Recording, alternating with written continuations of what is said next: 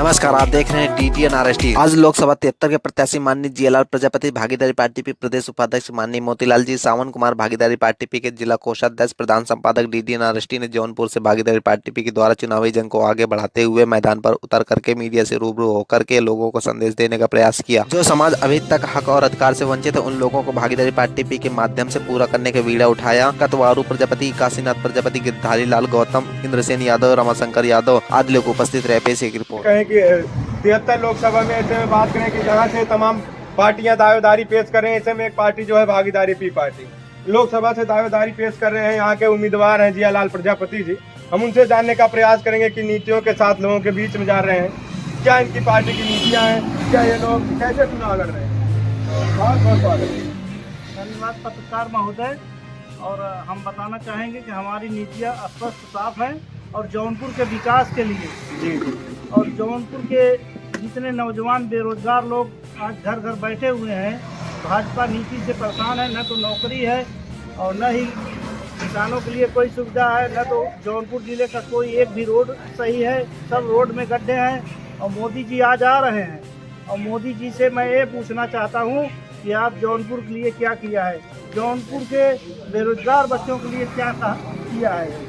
आप कहते हैं जौनपुर का इत्र और मित्र हमें बहुत प्यारा है, लेकिन जौनपुर के बेरोजगारों के लिए आपने क्या किया है, ये बात आप जौनपुर में आज बता के जाइएगा। जौनपुर के मित्र और इत्र आपको पसंद है। जौनपुर के बेरोजगार बच्चे अलग अलग प्रदेश में जा कर के नौकरी करते हैं और जौनपुर का हाल बदहाल है। और जौनपुर में कोई सुविधा भी नहीं है, न तो कोई कारखाना है, न तो कोई फील्ड है।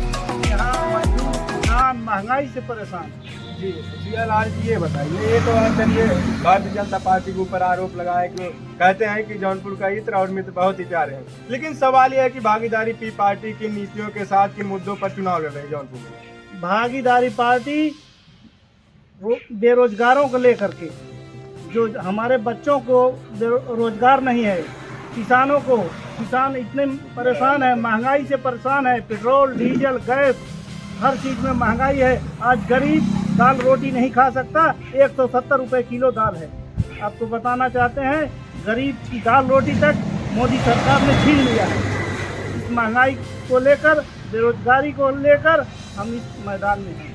बेरोजगारी को लेकर, महंगाई को लेकर चुनावी मैदान में जी, क्या लगता है कि जौनपुर में अगली बार कौन?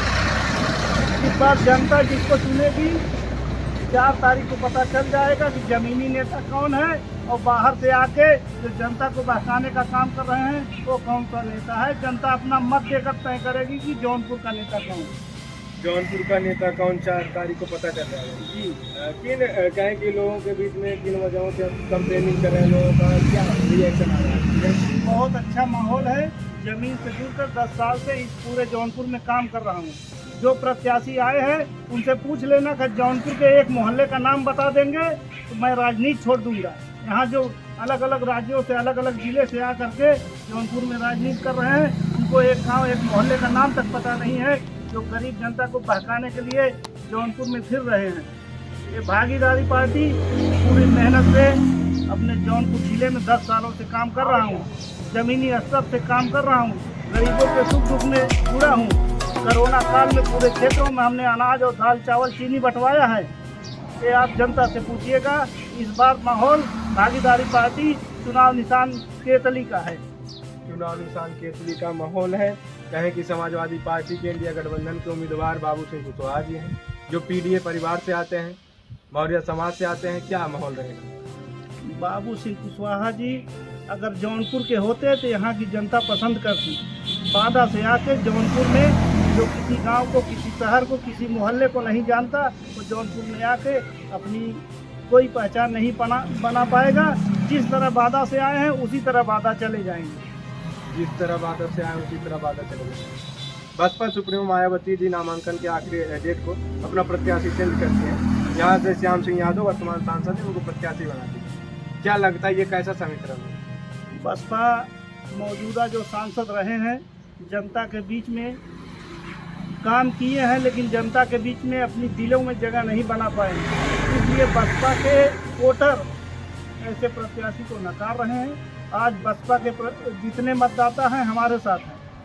चुनाव चिन्ह केतली, जो नगीना में चंद्रशेखर आज़ाद जी ने लड़ा, वही चुनाव निशान केतली हमें जौनपुर से मिला है।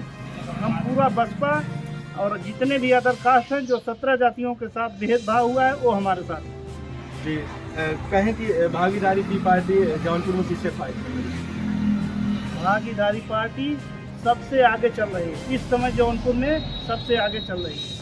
भाजपा सपा जो बाहर से आकर अपनी छाप बनना चाहते हैं, वो नाकाम होकर फिर वापस चले जाएंगे। अपना प्रतिद्वंदी किसको मानते हैं? हमारा प्रतिद्वंदी इस समय हम नहीं बता सकते, लेकिन ये जनता बताएगी। 4 तारीख को फैसला आने दीजिए। चुनावी समीकरण क्या होगा, कितनी टफ लड़ाई होगी जौनपुर? ये जान लीजिए, चौतरफा लड़ाई है। चारों पार्टियां लड़ेंगी, सपा, भाजपा, बसपा, भागीदारी। 4 पार्टियां जौनपुर में पूरे दम से लगी हैं और जनता उनको फैसला देगी कि कौन आगे होगा, कौन पीछे होगा। चलिए, क्या नाम हुआ अंकल जी? सर से भागीदारी पार्टी का जो ये कैद है, क्या माहौल दिख रहा है? जो माहौल भागीदारी पार्टी को राज चलाया गया है, जो हम लोगों को 50% वाली की लड़ाई कर रही, 15% वाली राज कर रहे हैं। तो इसी के मुहिम से हमारे बच्चों को न रोजगार है, न नौकरियाँ है, पढ़ाई लिखाई अशिक्षा जो हो रही है। तो इन मुद्दों के लिए महंगाई है, इस मुद्दों के लिए भागीदारी पार्टी के हमारे जियालाल भैया को हम लोगों ने संघर्ष किया है कि इनको चुनाव जिता खिलाना। आपने कहा कि 85 और 15 की लड़ाई है। हाँ, यही समाजवादी पार्टी पीडीए नाराज है। हाँ, पीडीए इसके जितना हिस्सेदारी उतना उनकी भागीदारी। क्या लग रहा है? 2 पार्टियां अलग अलग मुद्दों पर लड़े। दोनों पार्टियां अलग अलग मुद्दों, लेकिन जो करेगा वही जीतेगा। करने तो 76 साल हो गया, सभी पार्टी करती आ रही है, लेकिन इस बार भागीदारी पार्टी हमारे मुहिम पे आई है। इसलिए भागीदारी पार्टी का चाहते हैं कि ये भागीदार हमारा काम पूरा 85% का काम करेगी। भागीदारी सत्ता में आए तो क्या ये काम करेगी? हाँ, काम करेगी। कितना जनाधार होगा लोगों को? जितना 50। आप क्या दिखाना चाह रहे हो जनता को? सवाल ये है कि जौनपुर में जो 2 कैबिनेट के मंत्री रह चुके हैं, एक राज्य सरकार महाराष्ट्र में, एक उत्तर प्रदेश सरकार, क्या देखते हैं कितनी फाइट होने वाली है यहाँ से भागीदारी पी पार्टी के प्रत्याशी? भागीदारी पार्टी पी का दोनों प्रत्याशी मुकाबला नहीं कर पाएंगे, इसलिए कि दोनों एक लोग बाधा से आए हुए हैं और वो एक लोग पूर्व कांग्रेस में गृह मंत्री थे, जो कि भाजपा के सिंबल से जौनपुर से लड़ रहे हैं। तो जौनपुर की जनता उनके ऊपर विश्वास नहीं जता रही है। ये कहने का हमारा उद्देश्य। महंगाई से लोग इतना परेशान है। 2014 में आप बताइए, उसमें दाल, तेल, ये सब जो अन्य जितने भी खाने की सामग्रियाँ थी, उसका रेट 4-5 गुना बढ़ गया। जनता त्राहिमाम कर रही है। कोई भी चीज़ 5 रुपये लेकर लोग जाते थे, तो पहले आराम से हर चीज़ चाल तेल मसाला धनिया सब मिल जाता था। आज तेल और आटा खरीदने में ही चला जाएगा, तो और सब्जियाँ कहाँ से खरीदेगा? तो कह रहे हैं कि देश की जनता अमन से चैन से जी रही है, ये विपक्ष आरोप लगा रहा है कि वो खाली वो उनको कहने का एक जुमला है, वो जुमला ही दे सकते हैं, बाकी और कुछ कह नहीं सकते। कहा होता तो इतने लोगों को लिवा कर लोग बनात माने कोई ज़रूरत नहीं थी, और इतना जब आप काम किए थे तो इतना कहने का ही ज़रूरत नहीं थी। आप बैठते, जनता आपको वोट देती, आपने कुछ किया ही नहीं है। कहते हैं 370 हटाते हैं, मुसलमानों का जो तलाक का मामला था ये खत्म करते हैं, राम प्राण प्रतिष्ठा करवाते हैं। मोदी सरकार की गारंटी हर कामों को करेगी। जो उनका था उन्होंने अपना किया जी। कहीं जनता को उससे क्या महंगाई से उन लोगों को निजात मिली, क्या बेरोजगारी से निजात मिली?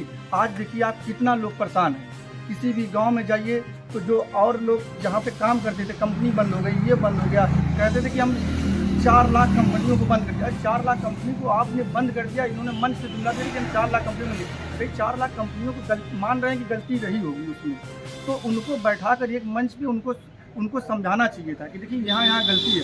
उससे वो कंपनी बंद हो गई, तो उससे बेरोजगार लोग थे ना, जो कंपनी का मालिक था वो भी दर कर ठोकर खाएगा, जो मजदूर था वो भी ठोकर खाएगा। कहीं उसको बैठा कर सही कर दिया जाता तो 4 लाख कंपनियाँ का एक लोग 10 लाख रोजगार, 40 लाख रोजगार लोगों का बरकरार रहता ना। तो कंपनियों को बर्बाद कर दिया लोगों को। आज प्राइवेटेशन आप कर रहे हो तो आप हमारे आरक्षण पर सीधे डाका डाला जा रहा है। जब सरकारी संस्था जब प्राइवेट हो जाएगी तो उसमें हक अधिकार आरक्षण का नहीं रह जाएगा। तो एक तरीके से आरक्षण को ना खत्म करके सरकारी संस्थाओं को प्राइवेट किया जा रहा है। निजीकरण मतलब प्राइवेट किया जा रहा है कि मतलब जब प्राइवेट हो जाएगा, जब निजी हाथों में चला जाएगा तो आरक्षण का कोई मतलब रहेगा नहीं। हम जिसको चाहेंगे, जहाँ चाहेंगे वहाँ उसको हम सेट कर देंगे।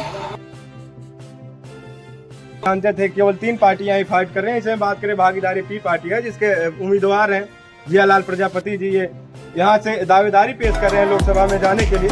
फिलहाल आप लोगों की क्या राय है? कैमरा पर्सन के साथ मैं